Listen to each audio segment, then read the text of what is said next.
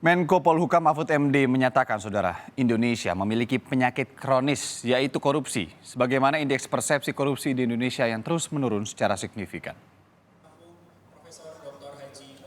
Hal ini dinyatakan Menko Polhukam saat menghadiri acara pelantikan Ketua Umum Keluarga Alumni Fakultas Hukum Gadjah Mada atau KAHGAMA di Jakarta.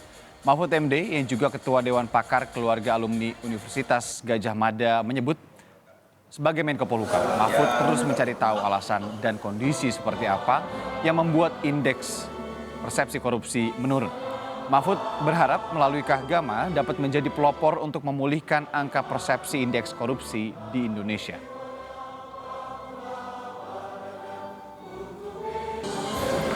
Saudara, problem kita saat ini kalau di bidang hukum itu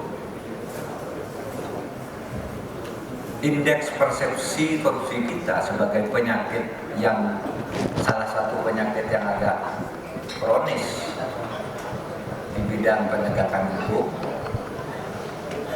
itu ada di angka 34.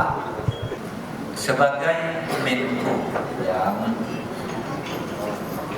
bertugas untuk menangani hal seperti itu, saya mencari tahu kenapa kok indeks persepsi korupsi kita turun.